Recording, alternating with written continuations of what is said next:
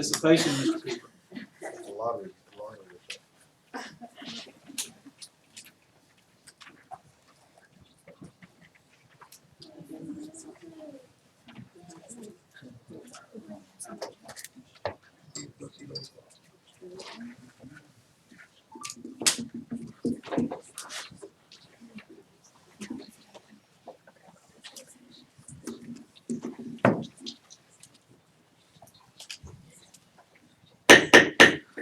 Good evening. The Hoover Board of Education meeting is now called to order. If you choose, please join me in our invocation tonight given by Shelby Elmore, teacher at Deer Valley Elementary School. Let's pray. Father, we humbly ask your grace and healing for a Rocky Ridge Elementary student suffering with leukemia. We ask that you wrap up his family in peace. Father, we do not understand your ways, but we trust even this will be used for your glory. Thank you for the hearts in this room dedicated to education and loving children. I pray that all the decisions we make tonight and every day in our careers are made with the best interest of students in mind. I pray we will demonstrate kindness and grace to our students so that they can become citizens who love others. Please watch over our students as we dismiss for the summer and keep them safe, well-fed, and well-loved. I pray we can be light and hope to those students who need it. May we always remember that our career is a calling to love the least of these and humbly impart knowledge to the future. In his name, amen. Thank you, Ms. Elmore. Will you please stand for our pledge? Salute, pledge. I pledge allegiance to the flag of the United States of America and to the republic for which it stands, one nation, under God, indivisible, with liberty and justice for all.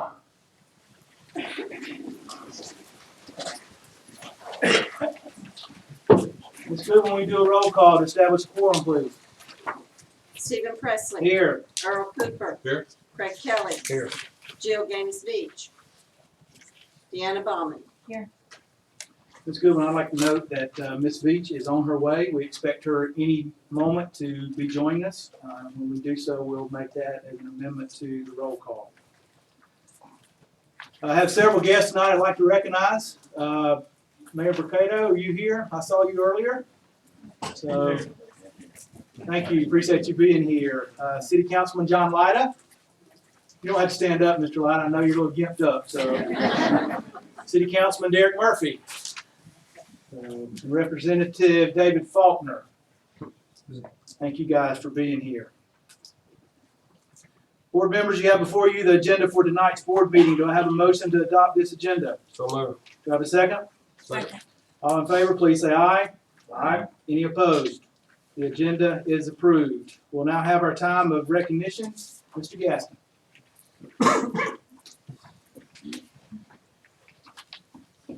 Okay. Good evening. Our first recognition that we'll do tonight is Teacher Appreciation Week. That is the week of May 8th through the 12th, and it's very fitting considering we have just recognized our Teachers of the Year and JSU Teacher Hall of Fame honorees upstairs, and we'll get into that a little bit later. But would all of our educators in the room please stand? And let's congratulate these people.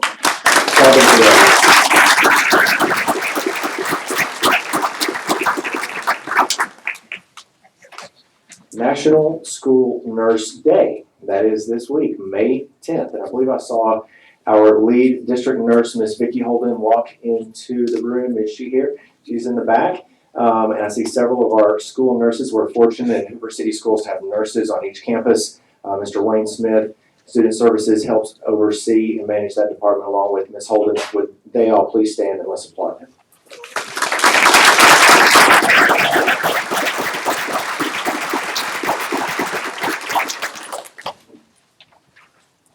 Many of you remember Mr. Dan Fulton. His picture is up on the screen. He passed away just a few weeks ago. I see one of his good friends in the audience, Mr.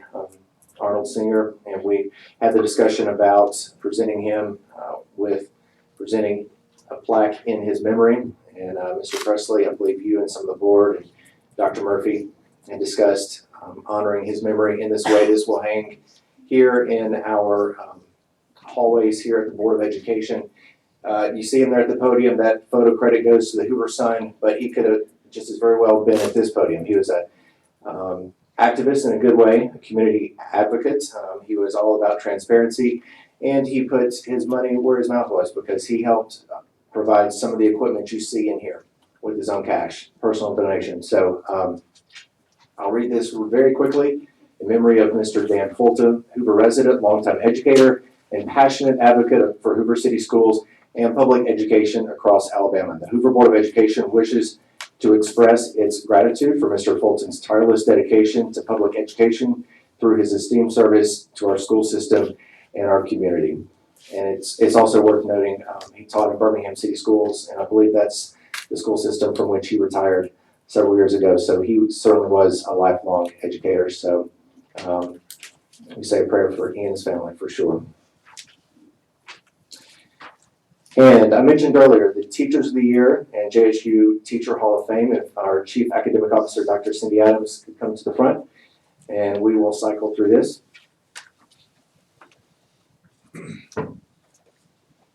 Just an hour ago, we held a reception upstairs to recognize all of the campus Teachers of the Year and Jacksonville State Teacher Hall of Fame nominees. And would all of those folks who were honored just a few minutes ago, could you stand? I know some of you are standing already. Wave your hand so we can see all of you.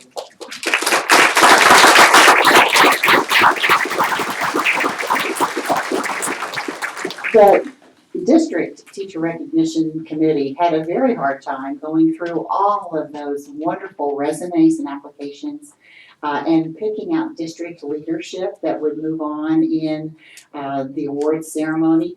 And so right now we'd like to call to the front our three Jacksonville State Teacher Hall of Fame district nominees: Elizabeth Gilmore from Rocky Ridge. I don't think Gerald Stevens was able to make it from Bumpus, and Jill Wallace from Spain Park.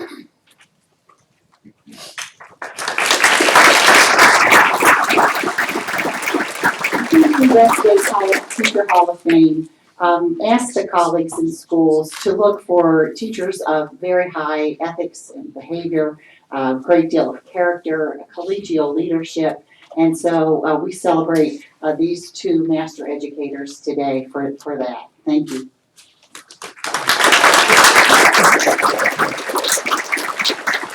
Hoover also has an opportunity every year to participate in the National Teacher of the Year program. We are part of it through the State Teacher of the Year program.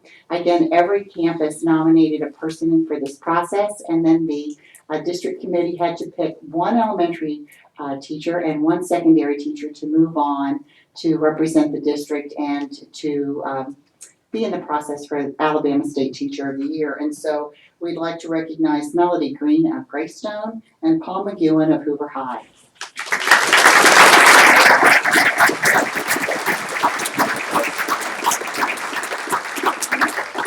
Both of these candidates wrote an amazing 5 essays, and when I say 5, I mean we felt every one of them. They had to pour their hearts out, they had to think about their professionalism, they did a tremendous job, and we are so glad to share that Paul was chosen as one of the Sweet 16 for Teachers of the Year as the process continued for Alabama. That was announced April the 12th, and last Monday he was named in the final 4 for Alabama Teacher of the Year. And so we are all thinking great thoughts about him and what he could do for the state of Alabama. On Wednesday night, the caravan will be down there to see who gets Alabama State Teacher of the Year. Thank you so much, both of you.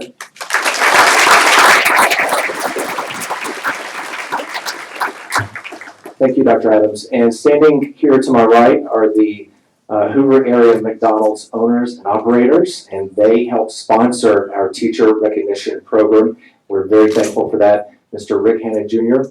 is going to come forward, and I believe you own the McDonald's on 150, the new one, right? Correct. So thank you, first of all, for helping with this, and we'll let you say a few remarks. Thank you. First of all, complaint department is closed.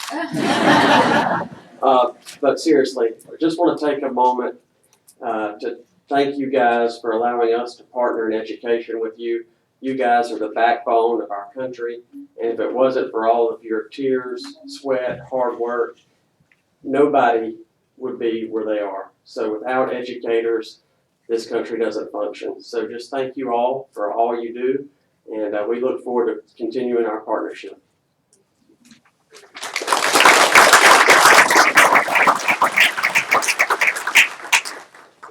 Our middle school representatives would come forward with the recent spaghetti bridge building contest. I believe all 3 middle schools had a presence in that. And we've got the demonstration.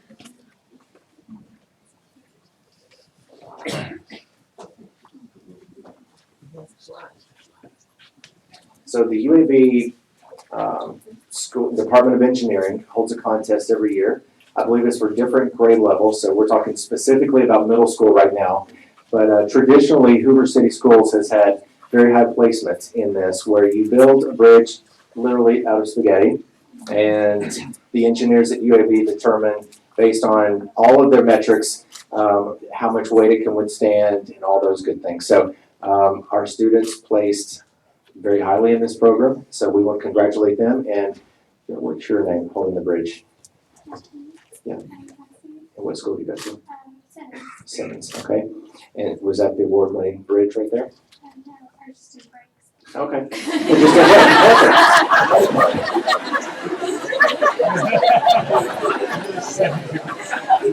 did perfect. All right. Let's congratulate these students.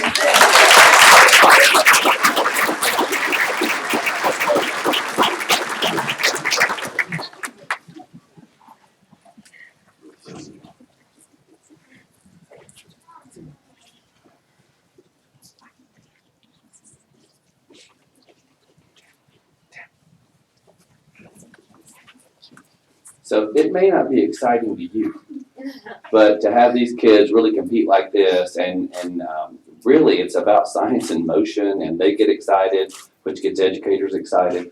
So we're gonna call out our kids' names. I'll let ladies go first, and then we're gonna give them a little plaque from UAB, and then we'll be done in just a second. Okay. I'll start with third place with 23 pounds, efficiency of 98.63%. Olivia, William, Madeline, Ben, and Riley. Their bridge had a 98.63% efficiency, and my understanding of that is that under the pressure, she probably says it better. It's good. The ratio of the materials they used to the weight that it held. Yeah. So she has certificates for you guys if you want to come over and get them. Just let her know what your name is.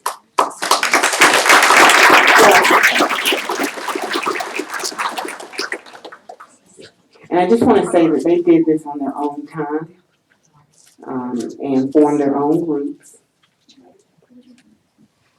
and had 1 box of spaghetti and 3 glue sticks. 3 glue sticks. 1 hot glue gun. With second place is 19 pounds, efficiency of 116.71%, Alex and Caroline. Pleasure.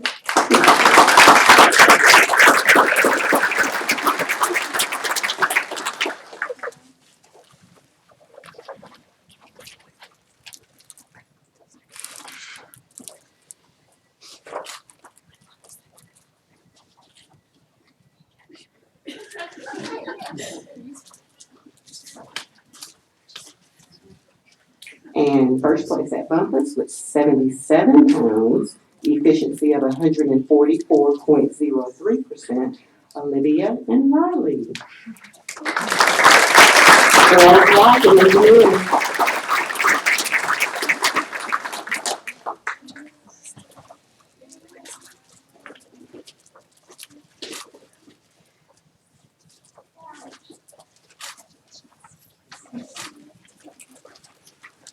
Our third place winners at Simmons are Natalie, Amelia, and Cassie. You can come up.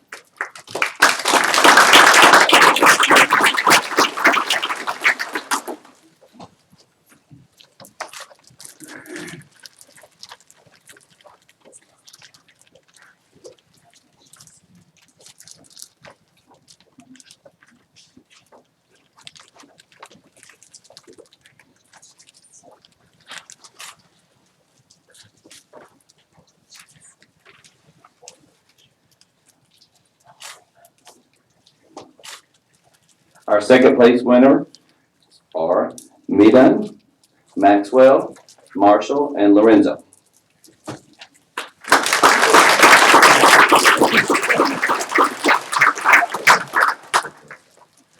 And our first place winners are Griffin, Connor, Danny, and Justin.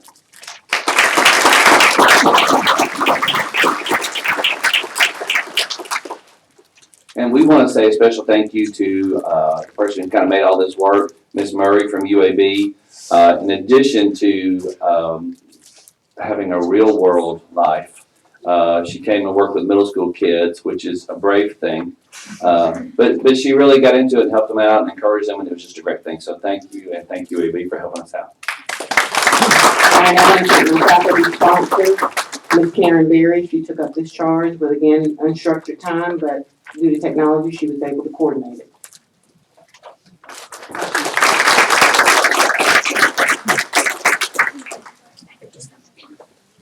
Our representatives from Hoover High School's Finance Academy would step forward. And as they make their way here, I've been in communication. In fact, I visited the Finance Academy a few weeks ago. Ms. Smith, Ms. Munkas, and these incredible students. There's the Junior Achievement of Alabama Business Plan Challenge. And they accept award entries from across the state, high schools across the state. The top 6 were all from Hoover High School.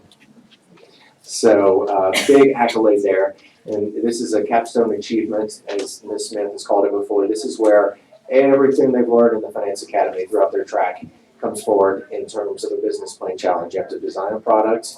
You have to come up, conceptualize everything that goes with it, the marketing, the PR, the fiduciary responsibilities. It's kind of like Shark Tank almost, right? So think Shark Tank. And so we kind of swept that competition statewide. So let's congratulate this group.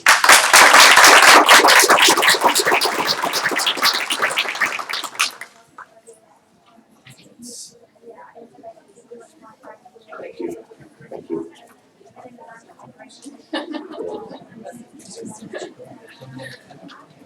Oh, let's look at the screen here. Uh-oh. Somebody's leaving us. Somebody's leaving us. Mr. Stephen Presley. So we've got a plaque for you. And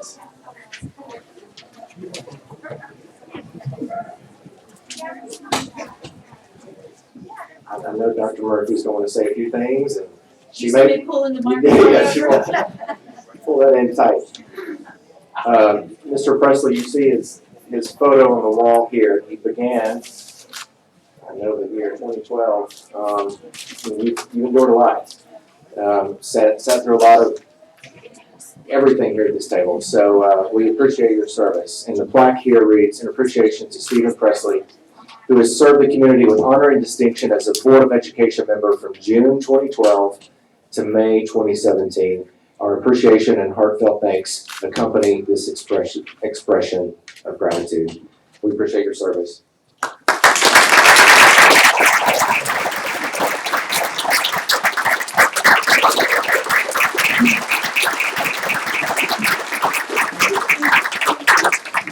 Go ahead and then I'll speak.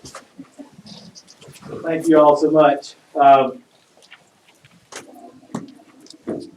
must begin by the old saying, behind every man is a good woman. And my wife Jennifer is here. Thank you, honey, for putting up with me. And we also have my oldest, Savannah, Stephanie, our middle daughter, and Daniel, my son, is here. Savannah's boyfriend, William Cook, as well as my parents, Dan and Pat Presley, are here. So it's my mom that first made me realize the importance and appreciation and hard work of a teacher. She's a retired educator of 2 or 3 years, or 20 or 30 years, or however long it was. But several years ago, when we came on the board, we knew we had a good school system. We knew things were going well. After some time, we realized we needed some help, and things weren't quite as we thought they might be. But because of the dedication of these people behind this table, we put some things in motion, and 3 years ago, we were able to have Dr. Murphy come as our superintendent. She's a game changer, folks. And thank you, Dr. Murphy, so much for what you're doing for all of our students. Thank you to my fellow board members.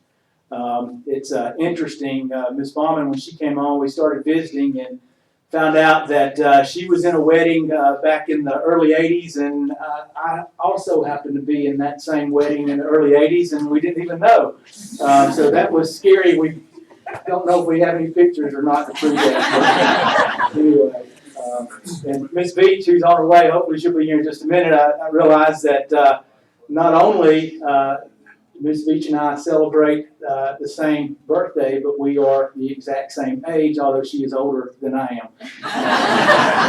But we won't go there for age. Mr. Kelly, I feel like you're a long lost brother that I never had. And Mr. Cooper, the 7-10 years we've been together, and some things that you and your family have gone through has been a tremendous blessing to all of us, the way you've handled it, and just thank you for that, and thank you all. I would be remiss if I didn't mention Mr. Lyda. John and I are longtime friends. We have been friends for 25 years. I was appointed to this board before Mr. Lyda was elected, so nobody can think there was any hanky-panky that went on there. But it was very interesting. We had a long conversation of how the relationship between a school board member and a city council person was going to work when you're very dear friends. And John, thank you so much for your friendship. Thank you for your support. It's been great that we've been able to continue our friendship. We don't hate each other. Well, we probably do. He's an Alabama guy, I'm an Auburn guy, so there's a mutual hate there. But it's been awesome to be able to keep that friendship, and thank you for working with us through that. So again, thank you for allowing me to serve. I have 2 graduates of this school system, and one, if he doesn't mess up, will graduate next year. Couldn't be prouder of the education they received. So thank you guys so much.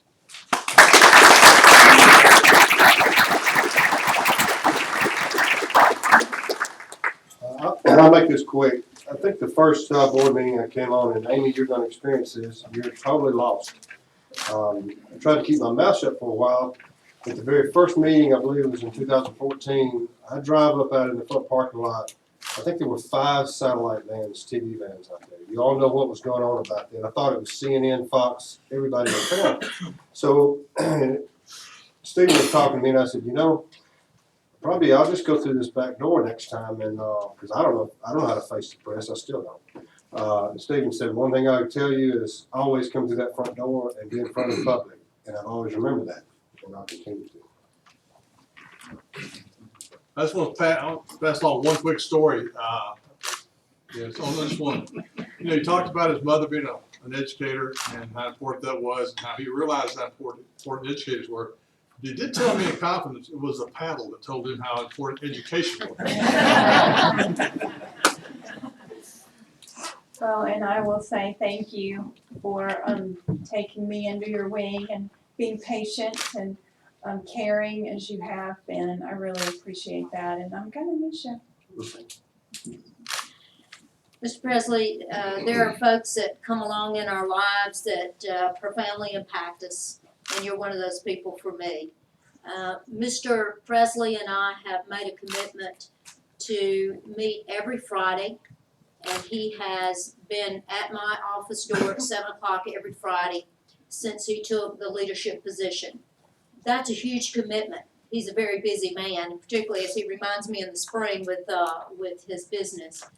But Mr. Presley, you have impacted me not only as a person, but also as a superintendent. You have made me better at my work, and you have challenged me on days, and I appreciate that. Thank you so much.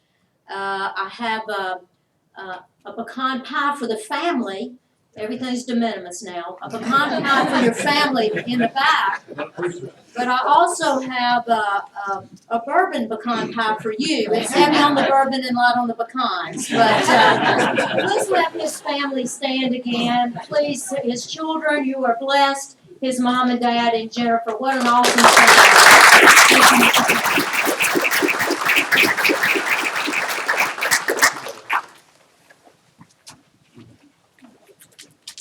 Ms. Britt.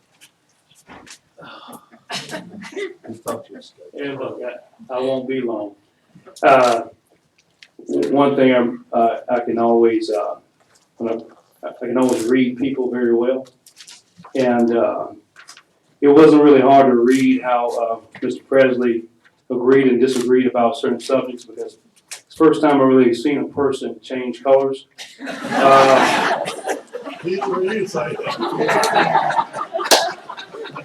You know, and I always look forward to Earl saying something back that, but one thing that always kept us on track is, at the end of the day, regardless of how passionate we were about certain things, Mr. President will always say, is this in the best interest for all kids?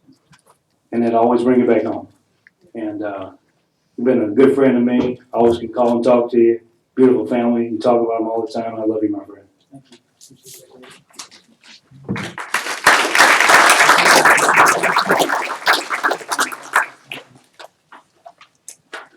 All right, let's get going with this. Ms. Goodwin, if you will, please make note in the record that Ms. Beach has joined us. Thank you, Ms. Beach. So record time.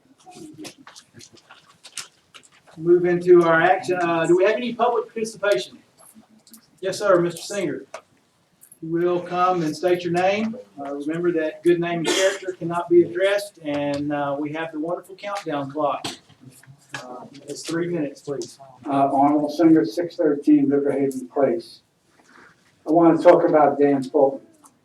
I think the first thing that Dan Fulton would say if he got up here is, forget about the clock.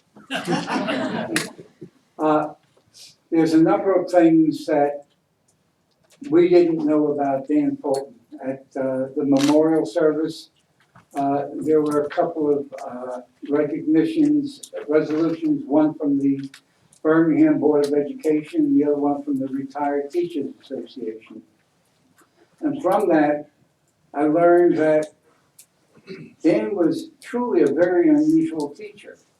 He taught at the elementary school level, he taught at the middle/junior high school level, he taught at the high school level, and wound up chairman of the history department at the high school that he was at.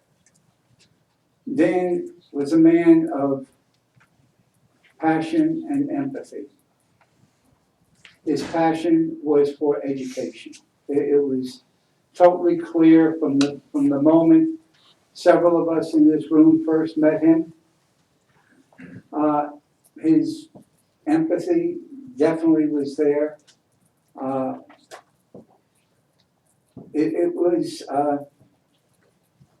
It's kind of hard for me to talk about a man who 4 years ago I didn't know, but I've gotten to know very well, especially in the past 6 months before he passed. Dan retired early. He retired at age 53 in 1998 to care for his mom. And he did that for 4 years until she passed. But he kept up his involvement with education, with the Retired Teachers Association. There is so much that we here in Hoover have to thank him for, because we turned from a community of apathetic parents and grandparents with regard to our schools, with regard to our city. And he, more than anyone else, turned that apathy into action, and we see that in the number of people who voted in the last election, over 13,000 compared to a little over 5,000 only 4 years before.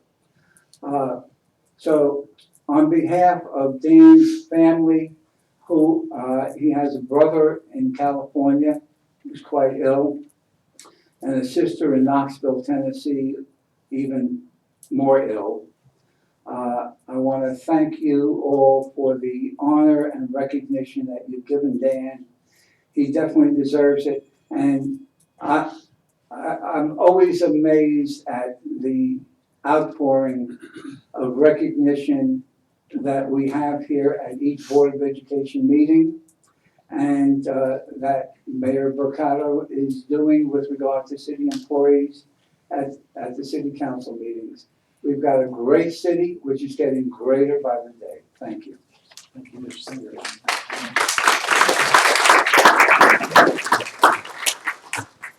Any other public participation? All right, we'll move into our action items. Board members, you have before you the minutes from our regular meeting of April 10, 2017, and our special call board meeting of April 25, 2017. Dr. Murphy? Board members, I recommend your approval of the minutes for both of those meetings. Have a motion to approve the recommendation of the superintendent for the approval of these minutes. So moved. Have a second? Second. Any questions from the board? Have a motion and a second. All in favor, please say aye. Aye. Any opposed? The minutes are approved. Next item on our agenda is personnel actions. Dr. Murphy? You have before you the personnel report. This is the time of the year this gets rather lengthy. We have 11 employees that are replacement positions before you, 4 individuals with recommendations for transfer, 1 change of status, 10 requests for leave of absence, 21 resignations, 13 retirements with a total of 316 years of service, 1 termination, and 1 request for a substitute bus driver for liability purposes. Would recommend that the board approve the personnel report. Have a motion to approve the superintendent's recommendation of the approval of the personnel actions. So moved. Have a second? Second. Any questions from the board? Have a motion and a second. All in favor, please say aye. Aye. Any opposed? Personnel report is approved. Next item on the agenda will be our business actions. Dr. Murphy? You have from Tina Hancock, our CSFO, the March financial report. This is a summary of our financial statement and our general purpose financial statement for the month ending March 31. Our financials are based on reconciled bank statements through March. 68% of our budget revenue has been received at this point. Our ad valorem taxes have for the most part been collected, so we'll begin to see a decline in that area. Our budget revenue has increased by $2.1 million. This is due in great measure to tax receipts and also an increase in foundation funding. We are 6 months into our fiscal year 17 budget. The general fund expenditure, I'm pleased to share with you, is $1.4 million less in expenditures compared to this time last year, FY16. And this is a result of some reduction in materials and also supplies, a reduction in overtime, some travel, and fuel. In our special revenue fund, our expenditure is also less by $691,000 compared to year-to-date FY16. Again, a reduction in supplies and some equipment and travel have impacted that. So I would ask your approval of that in addition to cash disbursements for March, $2,535,449, and also your approval of payroll for April 2017, $7,337,019.84. Do I have a motion to approve the superintendent's recommendation of the approval of the business actions? So moved. Do I have a second? Second. Any questions from the board? Questions from the public? Having a motion and a second, all in favor, please say aye. Aye. Any opposed? The business actions are approved. The next on our agenda will be the obsolete items and capitalized assets. Dr. Murphy? We have 2 requests for declaring obsolete items. Both are through our CMP department. One is a 1994 dishwasher. I think we've gotten the life out of that. and 2001 combo oven steamer. Would request of the board that we declare those as obsolete items. Have a motion to approve the superintendent's recommendations of the approval of obsolete items and capitalized assets. So moved. Do I have a second? Second. Any questions from the board? Any questions from the public? Having no questions, all in favor, please say aye. Aye. Any opposed? The obsolete items and capitalized assets are approved. The next item on the agenda will be bid number 2017-6, moving services. Dr. Murphy? In anticipation of rezoning, we went forward with looking at moving services, as there would be needs to move items around in our school district. Given that there is a postponement of the rezoning plan, I would ask that you reject bid 2017-6 for moving services. Do I have a motion to approve the superintendent's recommendation of the rejection of bid number 2017-6 for moving services? So moved. Do I have a second? Second. Any questions from the board? Questions from our public? Having no questions, all in favor, please say aye. Aye. Any opposed? Bid number 2017-6 for moving services is therefore rejected. Next item on the agenda will be bid number 2017-8 for phones. Dr. Murphy? Board, you may recall in March that we brought forward to you the WAN bid from moving from AT&T to Spectrum. That was our wide area network. Last month, we asked that you reject the phone bid, which was for the physical handhelds, the installation and service, because we did not have a responsible bidder. So we're now back at the table with you here at our May board meeting to ask you to approve this bid. Again, this is the physical phones, this is the service and the installation. My recommendation to you, board, is the approval for 2017-8 phones. I have a motion to approve the superintendent's recommendation of approval of bid number 2017-8 for phones. So moved. Do I have a second? Second. Any questions from the board? Any questions from our public? Having none, I have a motion and a second. All in favor, please say aye. Aye. Any opposed? Bid number 2017-8 for phones is approved. Next item on the agenda will be bid number 2017-10 for partial re-roofing at Simmons and Rocky Ridge. Dr. Murphy? We received 3 bids. The bid that we're recommending to you is the lowest responsible bidder, Standard Roofing, for $435,835. We did set aside in our capital outlay plan $465,000 for this. So less the capital allocation of about $29,165. My recommendation to you, board, is for the lowest responsible bidder for these 2 partial re-roofings with Standard Roofing. We do have Goodwin, Mills, and Kaywood in the room with us, should you have particular questions you need to pose. Thank you, Dr. Murphy. Do I have a motion to approve the superintendent's recommendation of the approval of bid number 2017-10 for partial re-roofing at Simmons and Rocky Ridge?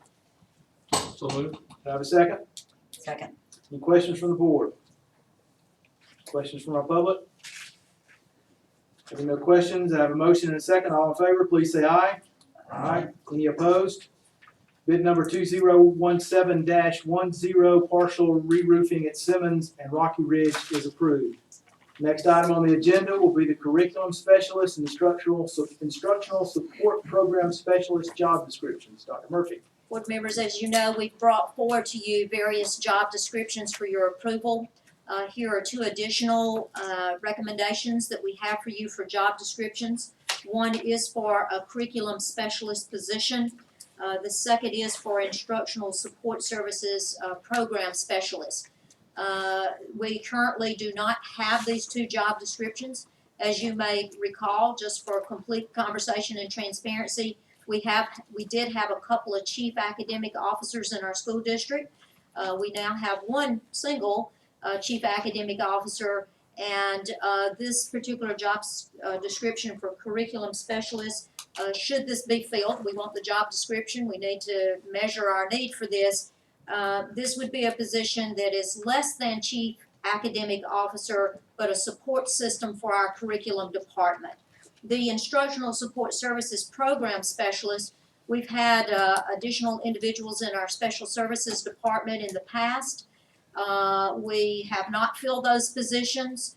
We have lots of needs to support our special services students further, and this is a position upon your approval, and should we need to fill this position in the future, that will support our special services department. And so we're just trying to be thoughtful in front of and not come to you with a job description and a request to fill 2 positions all in one fell swoop. So being thoughtful about job descriptions. My recommendation is your approval of both of these job descriptions, curriculum specialist and instructional support program specialist. I have a motion to approve the superintendent's recommendation of the approval of the curriculum specialist and instructional support program specialist job descriptions. So moved. Do I have a second? Second.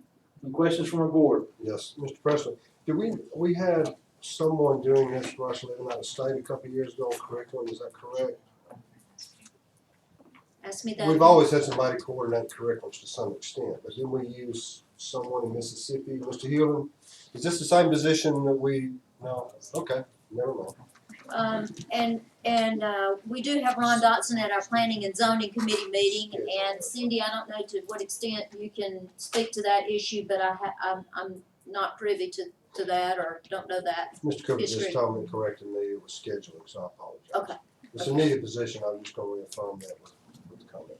Absolutely. Can I ask a quick question on job descriptions? How do those play into evaluations? We actually expect our people to meet the expectations outlined in job descriptions. But for our certificated individuals, we use the Lead Alabama document. But certainly we constantly have conversations with individuals about their job descriptions and their fulfillment of those. And Now, we're trying to do a catchy kind of thing, but when I look at the job description, it talks about themes, there's no, there shouldn't be a metric involved, it's just a description of the job, but no metric. And I'm saying, yeah, I'm an employee, you know, I'd like to know a little bit about what I'm expected to do besides just these general characteristics. I really think the job description is to describe that work.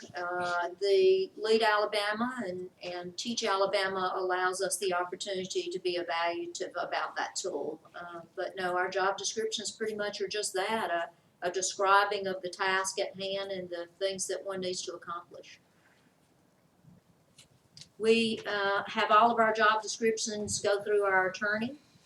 And so these have been vetted with our school board attorney. Any other questions from the board? Any questions from the public? Having no further questions, and I have a motion and a second. All in favor, please say aye. Aye. Any opposed? The curriculum specialist and instructional support program specialist job descriptions are approved. Next item on our agenda will be the student drug screening contract. Dr. Murphy? Board members, as you know, we do random drug testing of our students who bring vehicles onto our campus, and also athletes who can be drug tested with reasonable cause. What we have to share with you, do we have that slide? Do we have a slide on that? No? Okay. I think all of you maybe have then in front of you the information for Hoover High School in Spain Park. So just as a matter of information, the number of parking passes sold at Hoover High School was 1,144. Parking passes at Spain Park was 699. As you know, we have a parking fee of $50. $25 of that stays with the school for the purposes that the school deems in order, and $25 goes to a pool for money to support the random drug testing process. So you see the number of passes times $25 for Hoover High School, $28,600, for Spain Park, $17,475. It cost us $49 to do drug testing, so we've given you an example, or we've given you the information as to the number of tests and the cost for that. And so what you'll see, board members, is the cost for testing was $45,557, and we made right at $46,000 on those passes. This is not a fundraiser for us. We're not trying to raise money by this process. We're not looking to lose money either, as you might be aware. So what we wanted you to see is how this process works. We have been working with a company known as Workforce. We asked them for a quote. We asked ESS and also another local company here in Birmingham for a quote. And the cost per screening going forward with ESS is $34.50, so significantly less. And my recommendation to you would be to use ESS based on their quote for their cost per testing for our students, drug testing. Do I have a motion to approve the superintendent's recommendation of the approval of student drug screening contract? So moved. Do I have a second? Second. Some questions from our board? Could you repeat, I'm sorry, could you repeat the company name and the dollar, was it $34? ESS, we have Kevin Wade here with ESS tonight, if you're Wade. Actually, I think I think there, okay, in the back, and it's $34.50 per Okay. screening. All right, thank you. Thank you. Yeah, I was, just making sure I had it right. Any other questions from our board? Any questions from our public? Yes, sir. Can you please step to the microphone?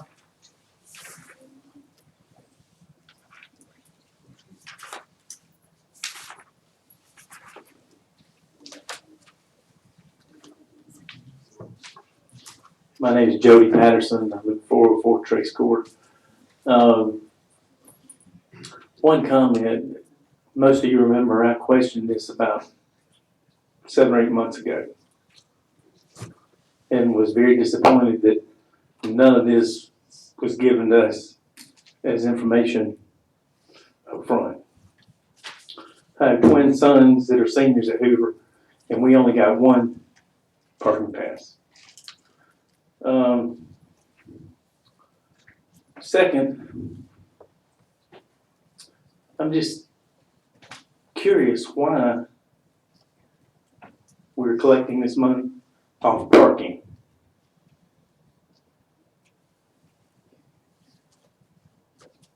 Any answer?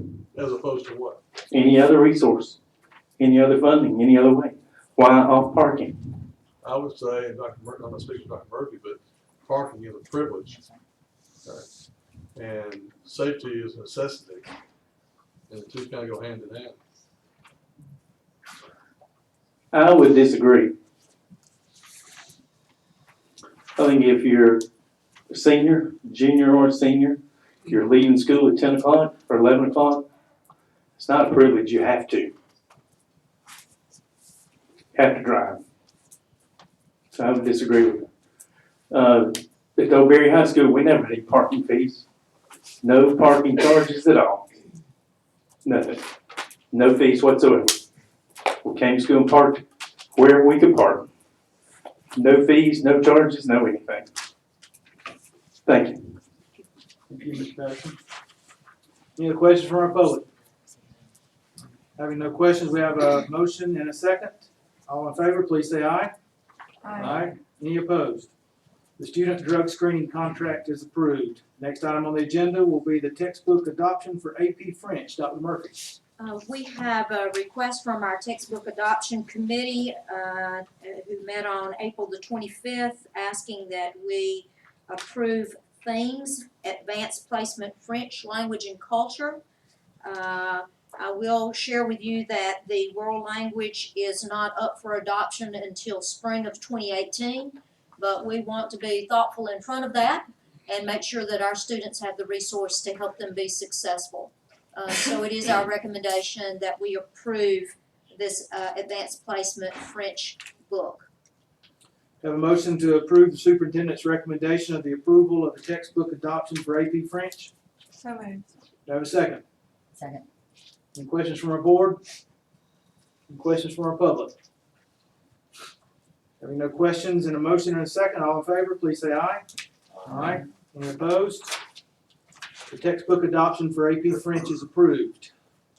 Next item is our regular board meeting dates from July of 17 to June of 18. Dr. Murphy? It's at this meeting annually that we outline our board meetings that will be upcoming in the next academic year. And so, board members, you have in front of you July 2017 through June of 2018. Our board meeting is always the second Tuesday of each month. Excuse me, Monday. Second Monday of each month. And the only oddity to that is October the 17th. Our regularly scheduled board meeting would be October the 9th. I am out of district at the School Superintendent Association Fall Conference, which is an expectation of me in terms of my professional development. The next Monday is October the 16th, but that's our city council meeting, and we're always thoughtful not to get on top of those meetings. So my proposal to you would be Tuesday, October the 17th, 2017, and that's the only date that does not fall into our typical pattern. Do I have a motion to approve the superintendent's recommendation of the approval of the regular board meeting dates of July 2017 to June 2018? So moved. Do I have a second? Second. Any questions from our board? Questions from our public? Having no questions and a motion and a second, all in favor, please say aye. Aye. Any opposed? The regular board meeting dates of July 2017 to June 2018 are approved. We'll now have our new business and superintendent's report and information reports. Dr. Murphy. If I could have Anna, and I guess Brian is in here, if I could have these two individuals come forward. Board members, we've had a lot of productive conversations about new beginnings.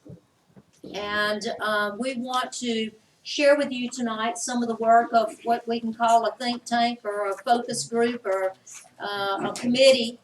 But I want to just first of all thank these two individuals who've spent a great deal of time in meetings, not only with me, but with other people who are part of this committee. Our New Beginnings is different this year than it has been in the past in terms of its location and in terms of our approach to supporting those students academically. Some of that's worked well, some of it hasn't worked well, and so the challenge before us was to take a closer look at this. This committee's put together lots of good information. It's much more extensive than you'll hear and see tonight, but we wanted to start this conversation with our board about our new beginnings, and there are some recommendations that the committee has brought to me and thoughtfully want to bring to all of our attention this evening. So with that said, thank you again for the two of you and your work. You're welcome. Okay, so I'm Anna Whitney, Brian Kane. You want to tell us a little bit about the committee we put together? I don't. Everybody can read that. Parents, educators, central office people, people with a heart for children at all levels, technology people. So just a very wide group of people. In addition to those people, each one of them had to go out and talk to lots of people and bring in more information. So that's just our group. Good representation from everybody. Before we go forward with this, one of the things that we do want to share and keep in mind is that Hoover City Schools has always been at the forefront of addressing issues that face our kids. I came to the district in 1994, and I will say at that time, my first year as an instructional support teacher to go to Hoover High School, there was already a New Beginnings down in the trailers with Ron Swan. There was already a student's assistance program at each school. There was already a social worker at Hoover High School.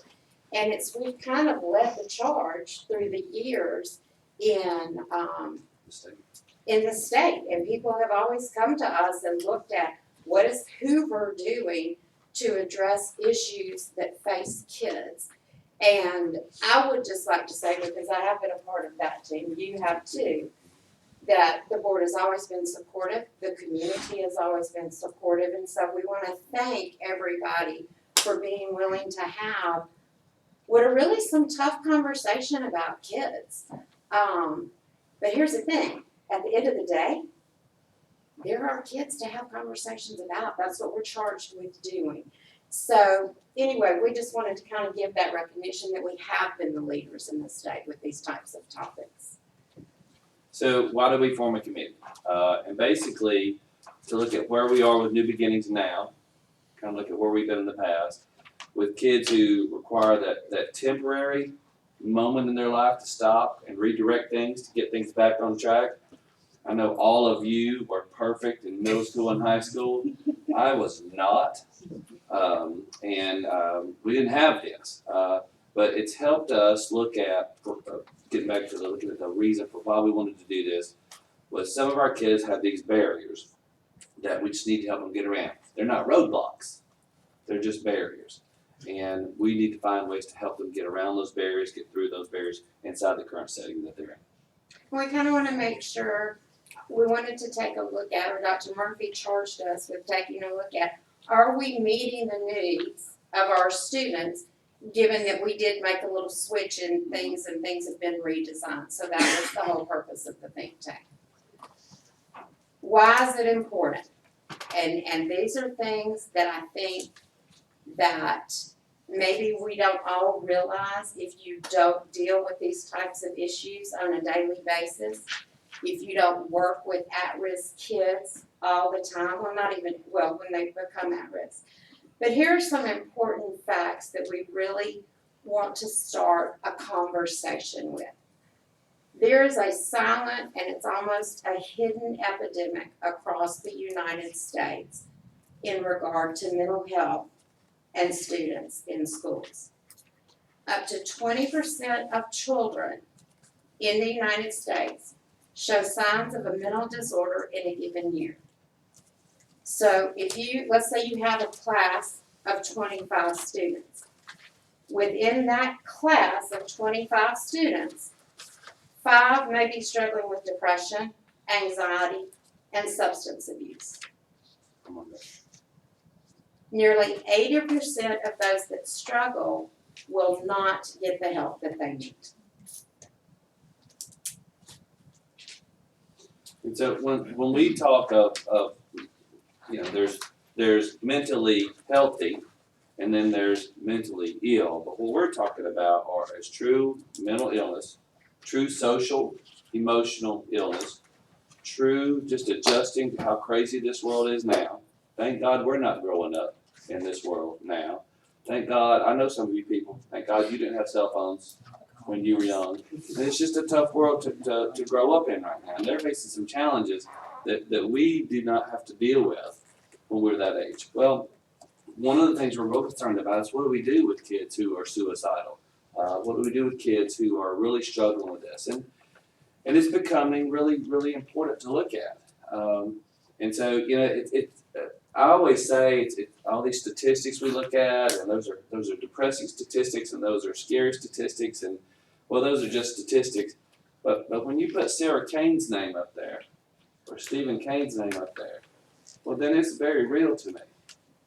And so I don't have all the others, but I've got 814 squirrels in my building, and I worry about each one of them, and they've got 5,000 something parents. I mean, it's just crazy. But we just wanted you to look at how serious some of the things are that the school systems have to deal with in the last few years. And please understand, suicide itself is not a mental health issue, but it's the outcome of an unaddressed mental health issue or kids that are struggling. And if you look down at the bottom bullet point, this is scary. In 2016, suicide surpassed homicide to become the second leading cause of death for teenagers ages 15 to 19. That's kind of eye-opening. So our committee says if our goal is this, if our goal is graduation of all kids, then we need to recognize what the barriers are, and we need to confront them head on. We need to take a serious look at what is facing our kids. The second part is, and this is where I think Dr. Murphy, when she first came to the district, would use this word, so I'm gonna steal it from her, this phrase, courageous conversations. Is that right? Lots of people, this is kind of a tough topic to talk about, but it shouldn't be. Having a mental illness or not being emotionally safe is another way to frame that. At a given time in your life, it's not a choice that people make, and it's not a failing. And it's not a moral failing, it's just something that happens, and it happens to kids. It crosses every socioeconomic area that there is. There's no one population that this targets. And I think that's why it's such an epidemic now. It just, there are no boundaries to it.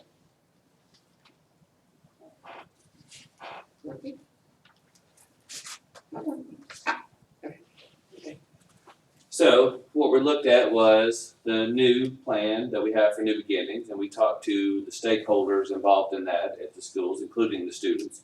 And we looked at the old version, and we've come up with some recommendations.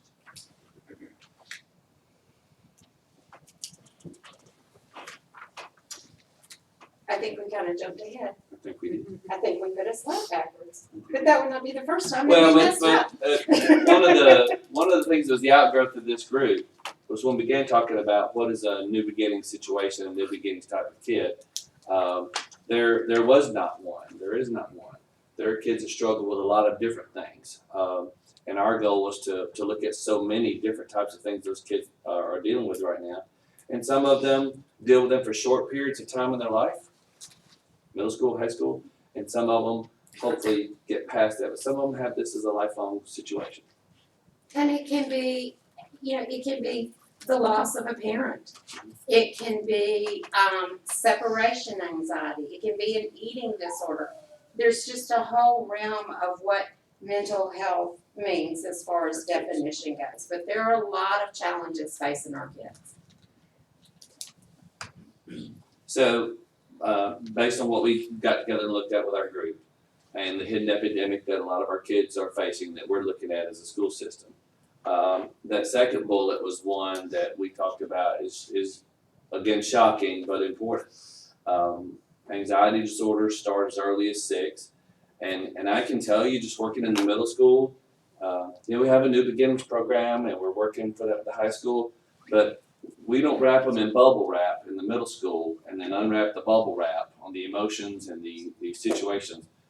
They're starting it out, and we've talked to our elementary principals there, and they're showing those things very early. And so we've always been a school system that meets those needs head on, looks at them directly, and that's what we wanted to do here. So what our proposal was, based on the findings from our committee and board members, you'll see at the end of this presentation, we've shared with you a lot of statistics and some of the research we've done and the surveys, but we didn't want to get hung up in that, but that is at the end of the presentation for your reading and for your information. The first recommendation we had was educating our stakeholders to let our parents, our teachers, our students, everybody know, here's what's going on. And it's not isolated to Hoover City Schools. Again, it's a national challenge that schools are facing. What's our second recommendation? Well, we want to look at creating a continuum to look at the services that we are providing and what do we need to continue to provide, prevention and intervention services. But we wanted to start now and have a holistic approach to that rather than just a stopgap approach to that. And starting in kindergarten and running all the way up through the 12th grade so that we don't have kids fall through the cracks. For the immediate future, one of the proposals that what we've come up with, our recommendation to the committee is to leave the New Beginnings program at the base schools as they are, but to add core academic support and some additional counseling and intervention services to work towards more of a blended learning model instead of just the digital curriculum in isolation, to give the students more support, to have them be more successful with their learning. You'll see a word in this presentation called belongingness, and it's a term that one of the counselors at Second Chance shared with me the other day. And it's really determines whether a kid is gonna be successful or not in their educational career. Every student needs that one adult who believes in them, that cares if they come to school, that cares how they're doing. And that student needs to know that that person exists. And we think that that is so important for our at-risk kids, and perhaps not a missing component of the current program, but just because the need and the size of Hoover High School and the Spade Park, a piece that we might need to look at putting a little bit more humans in there to help these kids. But the term is called belongingness. And then our second recommendation is to look at the long-term effect of this. How financially feasible and sustainable is it to create an off-campus location where we take the best parts of what's working now, the best parts of what worked in the past, and make it work for the kids in the future.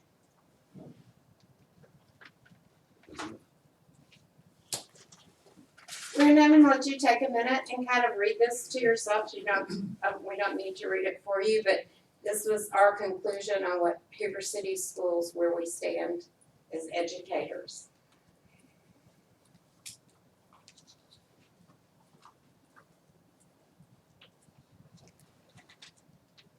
Does anybody have any questions? I might have a couple. We talked about well, first of all, nobody can disagree with the circumstances that exist. It's horrific, it's not doing anything to continue to grow. And how anyone, family, society gets their arms around this, I don't know. You know?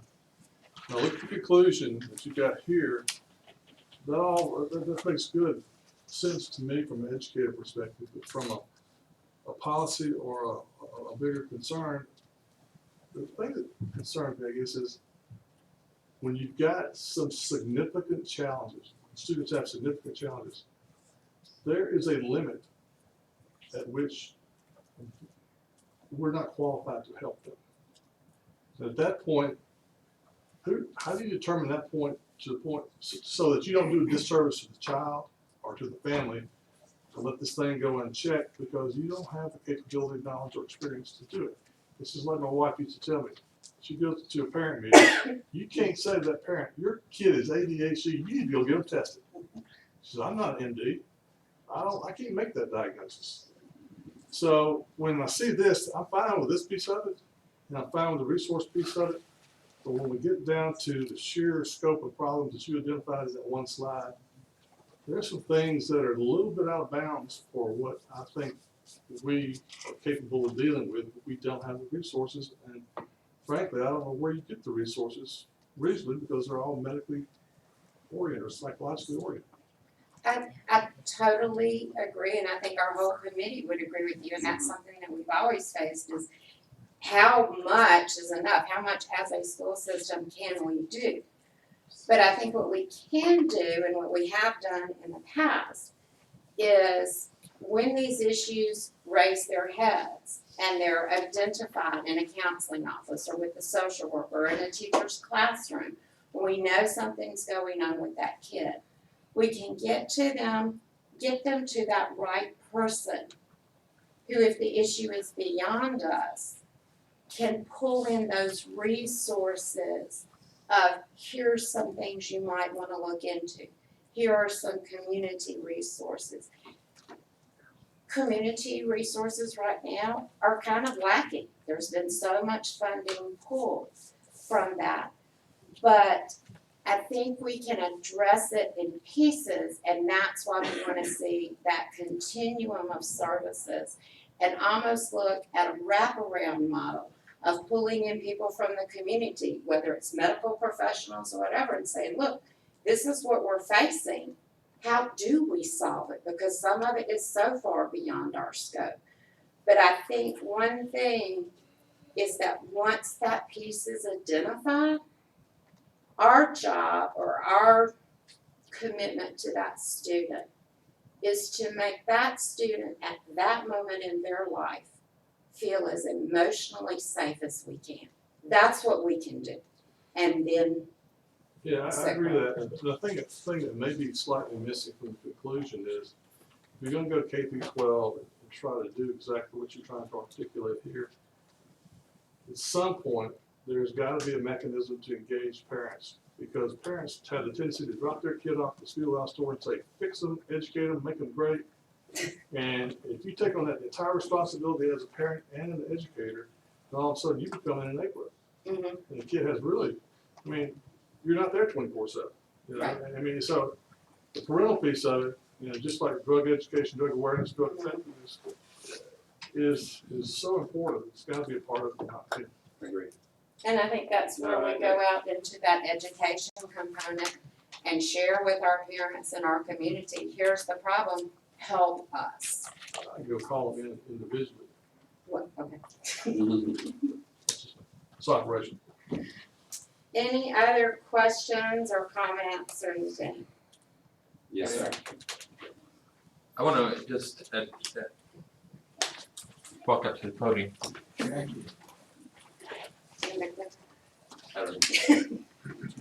My name is Robin Schultz. I live at 348 Albemarle Drive. I was very fortunate to be part of this committee. And I want to tell the board something. You have some awesome people working in this school system. Some awesome, awesome people. Two of the most awesome right here. They genuinely care about these kids.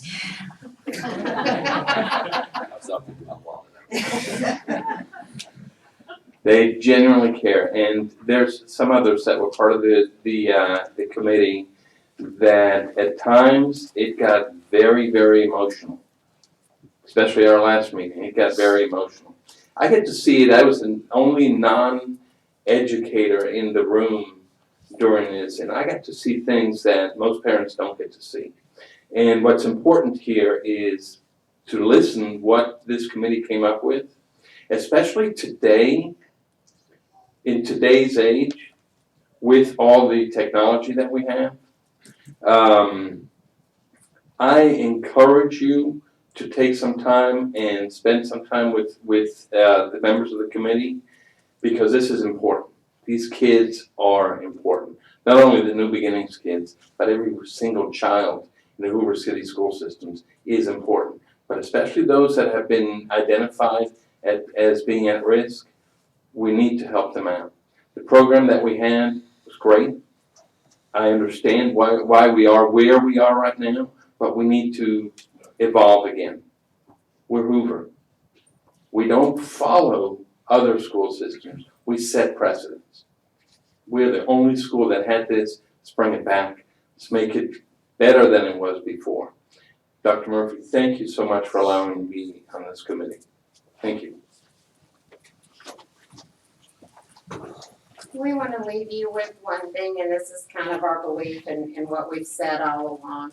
Every child needs a champion. They need an adult who will never give up on them and who understands the power of a connection and insist that they become the best they possibly can be. And that's from our kindergartners to the young men and women that'll walk across the stage in a couple of weeks. They need us, and they need to feel as emotionally safe and healthy as they can. Thank you. Thank you. Thank you so much.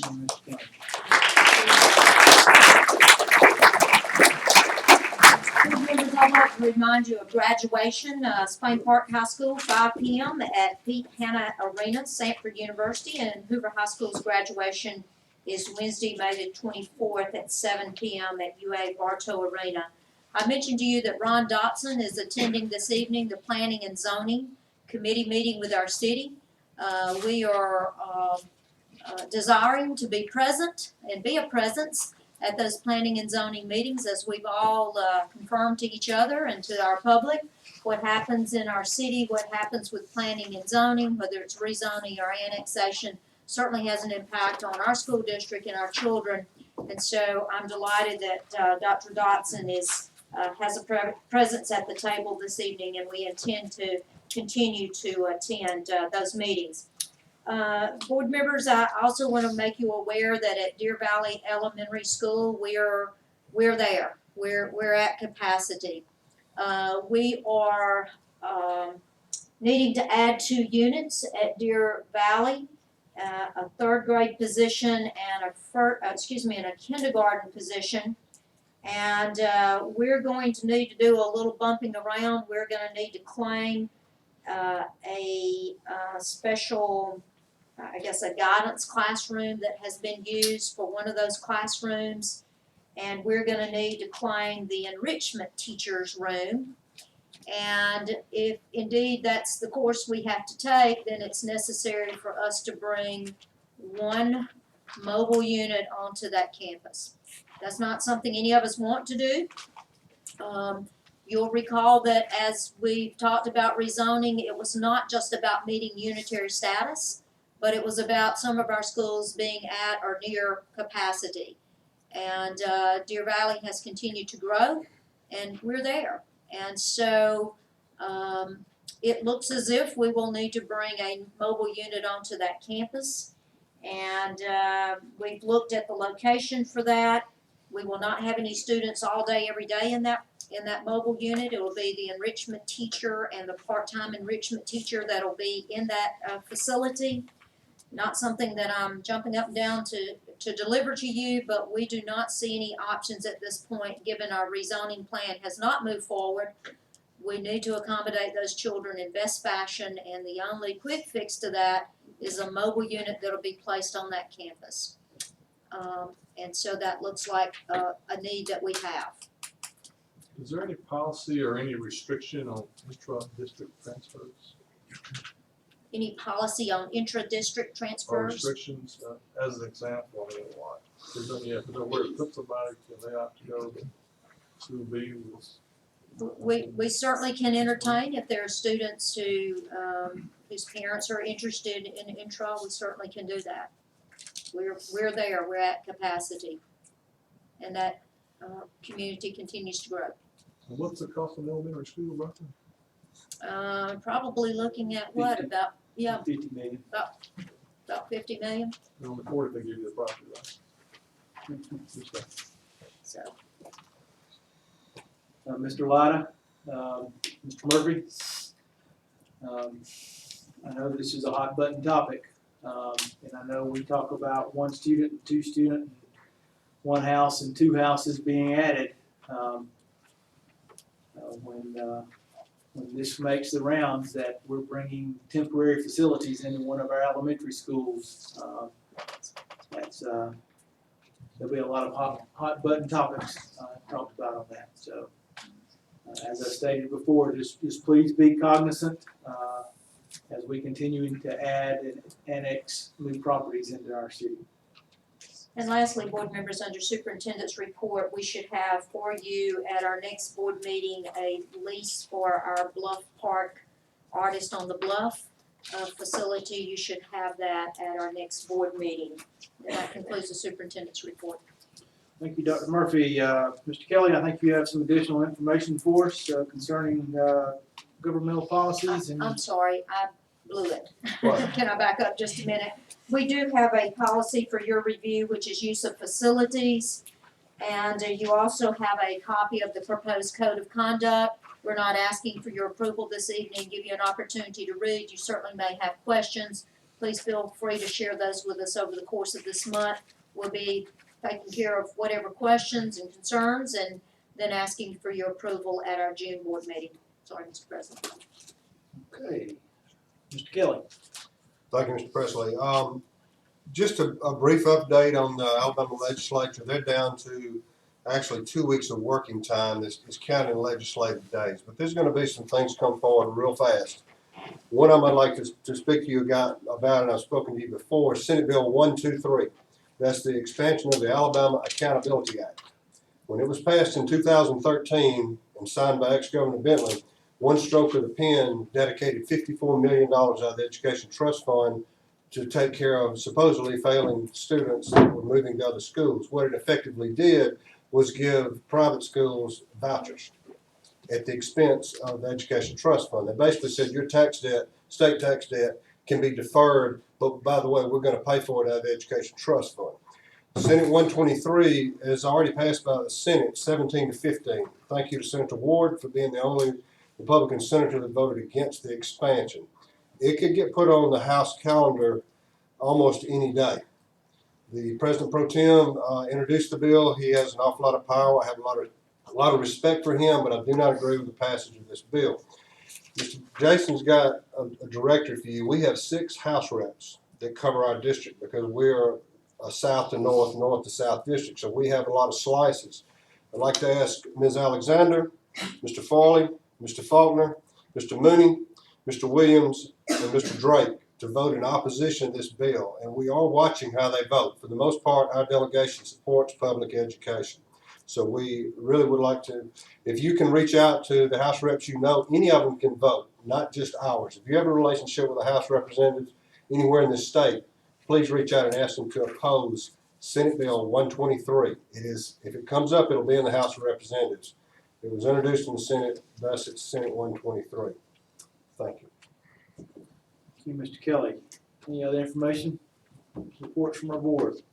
Dr. Murphy, election of our 2017-2018 board officers. Board members, as you know, it's at our May regular board meeting that we are tasked with selecting a president and a vice president for our board. As your chief executive officer and as your secretary, it's incumbent upon me to preside over the elections for the office of president and vice president. I'd ask Mr. Presley if he would designate Linda Goodwin to serve as a clerk for the election process. Ms. Goodwin, will you please serve as the clerk for this election process? Yes, I will. Thank you. We will follow Robert's Rules of Order, the modified Rules of Order in conducting these elections. Nominations will be taken from you as board members for both of those offices. Under Robert's Rules of Order, there is no second that is required when you make a nomination. A board member who's nominated but not selected for an office may be nominated for the subsequent position.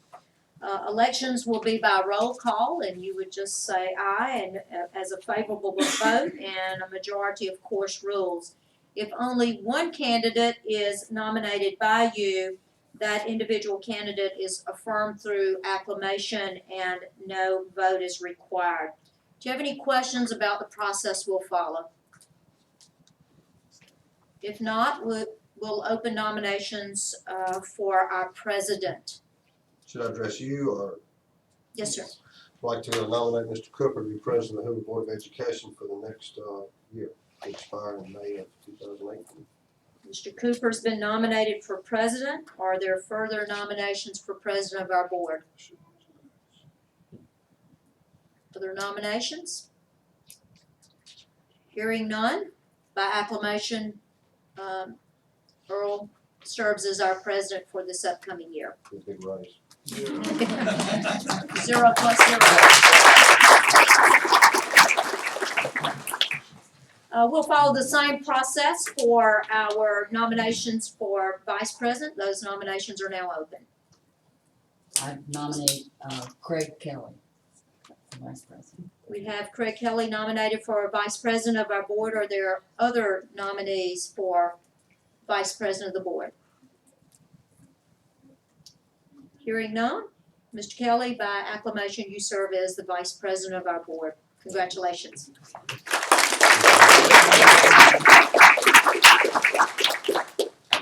Congratulations to both Mr. Cooper and Mr. Kelly on your elections. The president of the board serves as the presiding officer of this body, and both the newly elected officers will assume their respective seats on June 1st of this year. The dates of our next board meeting: we will have a special call board meeting scheduled for May 23rd, 2017 at 7:30 a.m. here at Central Office. And the next regular board meeting will be on June the 12th, 2017 at 5:30 here at the Central Office. We do have executive session tonight, Dr. Murphy. Yes, and before we go into executive session, we'd like to invite all of you upstairs to our technology room. We're gonna be in a celebratory mood, not because Stephen's leaving us, but because we want to celebrate his success on our board and the way that he served us so well. So please join us for a reception. Board members, we do have reason to reconvene in an executive session as a matter of addressing a student discipline issue. And so at this time, I'd like to request that the board consider voting to go into executive session after our reception to consider a matter that is properly viewed as confidential under the Alabama Open Meetings Act, namely in this case, a disciplinary matter involving a student. As you know, the Open Meetings Act requires that particular procedures be followed prior to us entering into executive session. The board must first vote whether to adjourn to executive session, and the vote of each of our members must be recorded in our minutes to make this appropriate.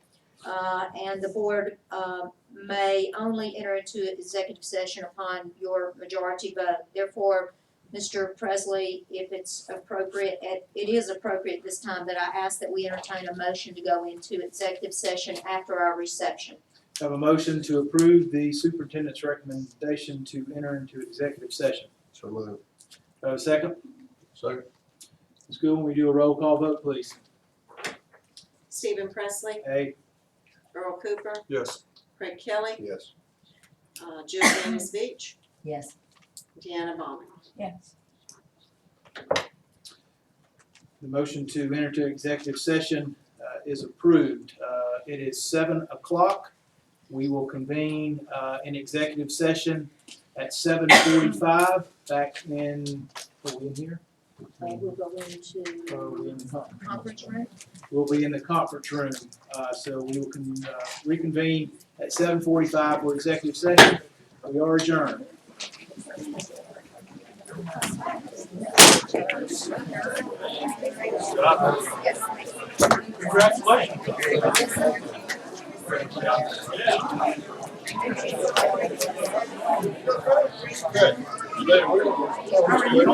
Be like that. I got it